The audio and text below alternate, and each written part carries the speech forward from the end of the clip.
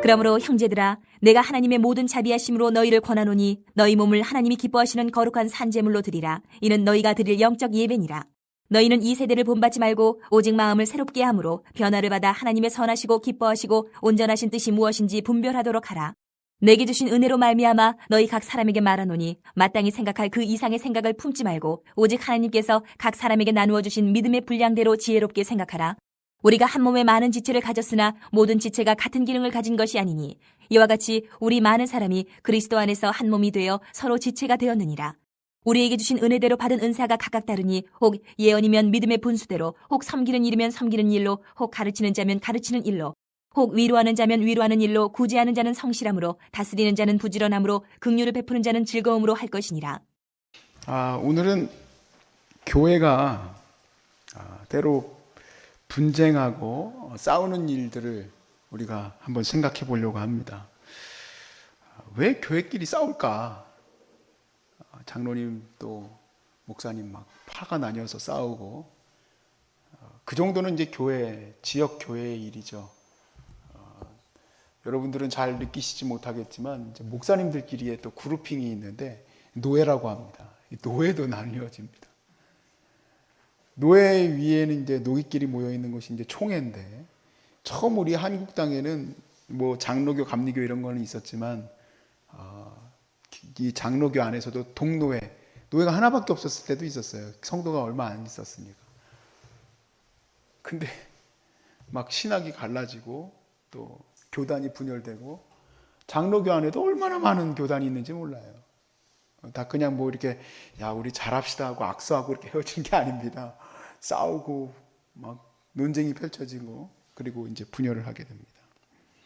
왜 이런 일이 일어날까? 결국에는 우리 안에 있는 이 죄의 종노릇해서 그런 거죠. 죄의 종노릇한 걸로 인하여서 그런 싸움과 분열과 당짓는 일들이 벌어지는 것일 수밖에 없겠죠. 오늘 이 문제에 대해서 같이 나누기 위해서는 사실 사도 바울이 지금까지 논의한 1장부터 11장까지의 이 내용을 통해서 나름대로 이 마음에 새겨지는 게 있습니다. 1장부터 11장 우리가 쭉 이제 우리가 함께 살펴보면서 왔는데, 중간에 한 5장 정도인가는 좀 많이 못 나눴습니다. 중요한 것은 우리 인간이 선한 일을 행할 수 있는 능력이 없다라는 겁니다. 인간이 선한 일을 행할 수 있는 가망성이 없다. 그러니까 우리는 좌지우지 될 수밖에 없어요.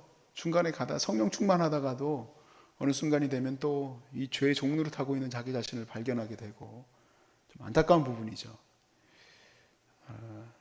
그런 우리를 그냥 내버려 두신 것이 아니라 가망 없는 우리를 위해서 아직 죄인 되었을 때 예수님을 우리에게 보내주시고, 예수 그리스도가 우리를 위해서 죽으심으로 우리의 이 죄의 문제가 해결이 됐습니다. 하나님의 진노가 우리 안에서 이제 해소가 되었습니다. 이게 바로 하나님의 의예요. 하나님의 오르심, 하나님이 원하시는 그 의가 이 믿음에서 나타나서 우리를 위해서 죽으신 예수 그리스도를 믿음으로 우리가 죄 사함을 얻고, 또 그리고 하나님의 그 믿음을 따라서 삶을 살 수 있는 그러한 길이 열리게 된 겁니다. 근데 안타깝게도 유대인들이 이 믿음의 의가 열렸음에도 불구하고 2000년 전에 자기들의 율법의 열심으로 인하여서 믿음의 의로 들어오지 못했습니다. 그거에 대해서 바울이 굉장히 안타깝게 여기고 그들이 하나님 앞에 순종하지 않는 거에 대해서 결국의 결론이 우리가 이제 지난 저녁 때 이제 보았지만 11장의 마지막 부분에서 그렇구나. 하나님의 지혜의 풍요로우며 너희들이 순종하지 아니하여서 하나님이 긍휼을 베풀어 주셔서 그걸로 인하여 구원을 얻게 된 것과 같이 이제는 그들이 순종하지 아니함으로 하나님의 긍휼이 그들에게 미쳐서 그들이 구원을 얻게 될 것이 분명하다. 그렇게 얘기를 했습니다. 자, 그러므로 이제 바울이 12장에서 새로운 공동체, 즉 성령의 공동체를 향하여서 이제 말씀하는 것들이 시작되어집니다.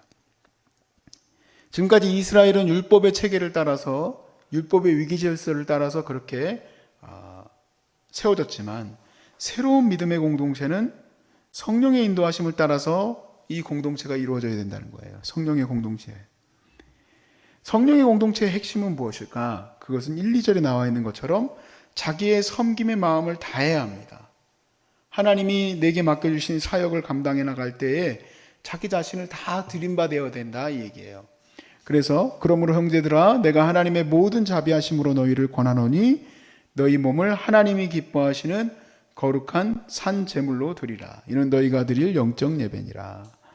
너희는 이 세대를 본받지 말고 오직 마음을 새롭게 함으로 변화를 받아 하나님이 선하시고 기뻐하시고 온전하신 뜻이 무엇인지 분별하도록 하라. 자기 자신을 이 드리는 것, 이것이 다 뭐가 되냐면 다 예배가 되고 제사가 됩니다. 더 이상 율법의 요구를 따라 우리가 제사를 드릴 필요가 없어졌기 때문에 하나님께서 이미 십자가를 통해서 완전한 제사를 드리셨어요. 제물을 받으셨어요. 그러니까 더 제물이 필요한 게 아닙니다. 예수님으로 인하여서 이제 더 이상 제물이 필요하지 않아요. 우리 죄 때문에. 이게 다 해소가 됐으므로 이제는 우리 자신이 예수님처럼 하나님의 거룩한 산제물이 되어 하나님 앞에 우리가 드림받는 그러한 삶을 누려야 된다는 겁니다. 그래서 제가 이렇게 매일같이 설교를 준비하고 또 이런 그 건물을 또 유지하고 또 여러분을 섬기는 일에 힘을 다할 때에 제 마음의 중심에는 항상 오늘도 내가 주님 앞에 산제물로 드려진 바 되었다. 내가 하나님 앞에 이러한 귀한 예배를 하나님 앞에 드리게 되었다.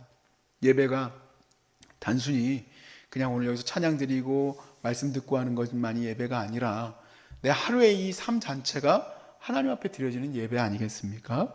그렇게 여러분도 그렇게 드려지시길 주 이름으로 축복합니다. 자, 그리고 이제 3에서 8절 말씀에 이 성령의 공동체가 질서를 가지고 있어야 된다라는 말씀을 합니다. 질서. 이게 무슨 말일까요? 제사장이 되려면은 레위 지파만이 제사장이 될 수 있었던 때하고는 다릅니다. 교회에서 필요한 직분들을 세우게 됩니다. 어떤 사람들은 다스리는 자로 세우게 되고, 그건 이제 교회 공동체가 그때그때마다 시대에 따라서 어떤 법칙과 룰을 정해서 그런 사람들을 세워요. 법칙과 룰을 따라서. 그래서 처음 초대교회 때에는 교회가 사도들이 또 그 제자들을 세우고 그 교회에서 그들을 또한 인정하고 세워나갑니다. 아무나 다스리는 자로 세우지는 않았죠. 근데 다스리는 자가 해야 될 일은 뭘까요? 섬김을 이 다스리는 사람들이 최선을 다하고 긍휼로 베풀고 이런 일들로 교회를 세워나가고, 또 위로하는 자들, 또 고통받는 사람들을 위해서 위로하는 일들을 감당하는 것. 요즘에는 전도사님들이 좀 많이 하죠. 여전사님들이 좀 많이 하고 그렇습니다만은, 또 교회 집사님들, 순장님들이 그런 일들을 감당하기도 하고, 어떤 일이 됐든 간에 다스리는 자, 뭐 가르치는 자, 교회에서 어떤 직분을 맡아서 일하는 것들을 특정화해서 그것을 쓰질 않았고, 그런 롤에 대해서 이제 사도 바울이 써놨는데, 그런 직분들을 교회가 이제 세워나간다는 거예요. 그럼 그 일을 최선을 다해서 섬겨나가야 되는데, 문제는 이겁니다. 갑자기 내가 하나님의 성령이 충만해서, 성령의 공동체니까 말씀을 전하고 싶다, 내가 말씀 전할래 하는 건 안 된다는 얘기죠. 교회가 전체가 다 성령 안에서 충만한 교회의 공동체이지만 그렇다고 질서 없이 그렇게 할 수는 없다는 얘기입니다. 갑자기 내가 하나님이 은혜를 주셔서 찬양을 하겠다, 갑자기 내가 뭘 하겠다 할 수 없다는 거예요. 하나님께서 질서를 주신 대로 교회 공동체가 이루어져 가야 된다 하는 얘기입니다. 자, 여기까지는 교회 안에서도 가끔 분쟁이 일어나고 일도 일어나기도 합니다. 이 문제로 인하여서 갑자기 자기 직분에 대한 부분 때문에 일어나기도 합니다만, 이건 로컬 처치의 문제지만, 이 다스리는 자의 직분이 문제가 되는 경우가 2000년 역사 동안 늘 하나님을 마음 아프게 했던 부분이에요. 교회 지도자에 대한 얘기입니다. 이게 교회 지도자들이 하나님 앞에서 그냥 주신 직분에 따라서 잘 섬겨나가면 좋겠는데, 그게 아니라 교회가 사랑의 원리로 돌아가는 것이 아니라 그 권위와 권력만 챙기다 보면은 늘 문제가 생기게 되는 거예요. 처음에 교회가 사도에 의해서 움직일 때는 그 문제가 없었죠. 근데 그거는 정말 처음 시작입니다. 처음 시작. 사도가 이제 죽고 나서 속사도라 해서 사도 다음에 이제 세워지는 교회의 지도자들을 교회가 뭐라고 불렀냐면 아버지라 불렀어요. 교회의 아버지. 왜 그럴까요? 너무너무 핍박이 심하고 그냥 교회의 지도자가 된다는 것은 언제 순교할지 모르는 위협 속에 있는 거예요. 그렇기 때문에 교회 성도들은 교회의 지도자를 그렇게 존중할 수밖에 없었고 또 그 자신도 그런 위협 속에 있었습니다. 정말 껍데기가 벗겨지면서 순교하는 분들도 있었었고 다 교회를 지켜나가기 위해서 얼마나 많은 힘을 기울여야 됐는지도 몰라요. 그러나 문제는 그 다음부터입니다. 교회가 어려울 때가 아니라 교회가 공인화되고 교회가 힘이 생기고 심지어는 교회 힘이 어느 정도로 생기냐면은 왕보다도 더 세지는 거예요. 교회 지도자의 힘이. 그러다 보니 교회가 분열하고 교회가 누가 더 정통 교회인가 동로마 서로모가 나눠지고 그렇게 교회가 권력에 힘이 세어질 때 문제가 계속 생기기 시작했습니다. 어떤 문제일까요? 교회 방향 자체가 잘못된 방향으로 가고 있는 거예요. 그랬을 때 교회에 깨어있는 지성들이 가만히 있었겠습니까? 그러다 보니 우리가 잘 아는 것과 같이 우리 이제 뿌리죠, 뿌리. 종교개혁이 일어나는 겁니다. 이 종교개혁의 핵심적인 부분이 말씀이 최고의 권위에 있다라는 거예요. 말씀으로 돌아가자는 거잖아요. 이 말씀의 권위가 있다라는 것을 바라보고 가는데 그럼에도 불구하고 장치를 몇 개 해놨습니다. 그 장치 중에 하나가 뭐냐면 장로 제도를 세워서 교회 목사 혼자 권력을 행사하지 못하도록 한 거예요. 그래서 교회가 장로와 목사가 다 같이 그 권위를 나눠 가지게 되면서 사실은 로컬 처치에서는 지금도 싸움도 있습니다. 싸움도 있어요. 또 목사님들의 그런 어떤 그룹핑 안에서도 분열도 있습니다. 또 그래서 나는 그런 것이 싫다고 혼자 독립적으로 나가기도 합니다. 제가 이런 상황 속에서 정말 지난 종교개혁 이후에 교회의 지도자 혼자만, 교황 혼자만 권력을 가지고 휘두르다 보니 교회가 잘못되어진 것을 우리가 튀어나왔는데, 그런데 그 이후에 교회의 600년 동안, 지난 종교개혁 이후에 600년 동안 교회가 오롯이 잘 세워서 나가고 있는가? 그렇지 못하고 여전히 분열하고 싸우고 이런 일들이 일어난다는 얘기예요. 근데 제가 이 말씀을 같이 나누는 이유는 하나님의 섭리에 대해서 그냥 내 마음을 같이 나누고 싶은 겁니다. 하나님이 그 밸런스를 섭리하시는 것 같아요. 성경에 나와 있는 것은 아닙니다. 교회가 많이 어려울 때 지도자들이 납작 엎드려서 하나님의 은혜와 모든 것을 촉구하고 또 교회 성도들은 그들의 그런 헌신과 또 그들의 그런 어떤 노력들을 굉장히 존경하고 존중합니다. 그런데 교회의 지도자가 굉장히 모든 것들이 다 풀려나가고 하나님 축복 주시고 은혜 주신 것들이 그냥 성도와 함께 그런 어떤 하나님을 예배하는 것들이 충만했으면 좋겠는데 이게 잘못된 방향으로 치우쳐질 때가 있어요.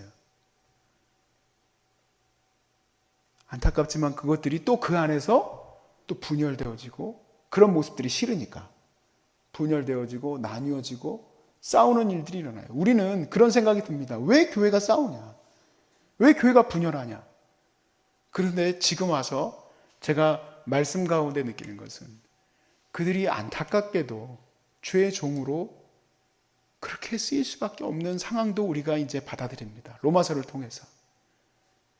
하나님이 그럼에도 불구하고 그 나뉘어지고 약화된 것 같죠. 왜냐하면 하나로 뭉쳐 있을 때는 얼마나 힘이 셉니까? 교회 하나가 막 6만 명, 5만 명씩 모이면 얼마나 대단합니까?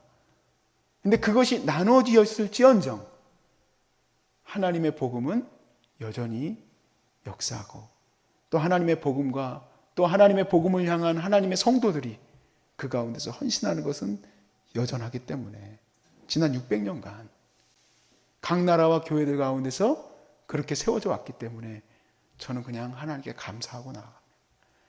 하나님의 지혜로, 하나님의 풍요로. 물론 내 교회가 그렇게 갈라지고 나눠진다면 마음이 아프겠죠. 그렇게 싸운다면 많이 힘들겠죠. 근데 왜 싸울까? 왜 분열할까? 왜 분열이 일어났을까요? 거기에는 한쪽의 의견은 분명히 이게 하나님의 뜻이 아니라는 것이고, 한쪽에서는 이것은 자기들 나름대로의 힘과 권력으로 하나님 뜻이라고 밀어붙이기 때문에 싸우는 건 아니겠습니까? 우리가 무슨 사과 하나 가지고 사과 두 쪽을 잘못 갈랐네 하고 그렇게 싸우겠어요?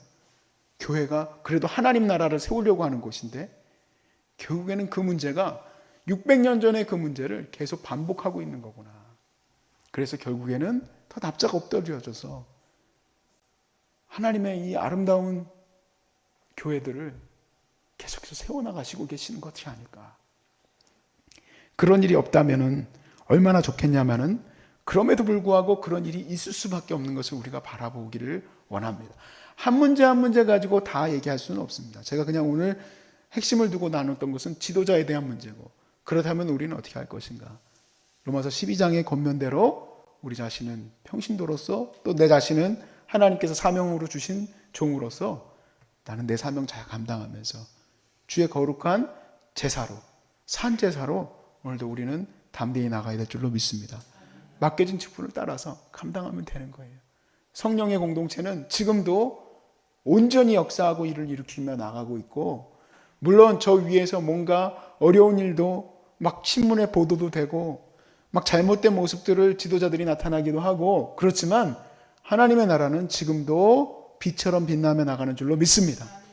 하나님의 역사는 계속해서 나가고 있고, 혹 나라 전체가 무너지는 정도의 신앙을 가지고 있을지언정, 유럽 교회들이 그렇게 무너졌잖아요. 그럴지언정 복음이 사라졌습니까? 그렇지 않습니다. 복음은 지금도 전진하고 있고 주의 백성들을 살리고, 그리고 오히려 선교사님들이 오히려 유럽으로 들어가서 교회를 다시 회복시키시는 운동들이 일어나요. 바울의 말대로예요. 바울이 11장에서의 고민대로 누가 하나님께 먼저 드린 바 될 것인가? 그럴 자가 아무도 없다. 야, 한국교회 대단하구나. 대단했었죠. 그러나 이제 자랑할 것이 있는가? 없을지라도 감사할 것은 하나님의 나라의 역사는 지금도 하나님이 이뤄가시고 계시는 줄로 믿습니다. 그러므로 우리는 그냥 그 안에서 사명 잘 감당하고 맡겨진 직분 잘 감당하고 성령이 충만한 가운데 날마다 주의 거룩한 교회를 세워나가시길 주의 이름으로 축복합니다. 아멘.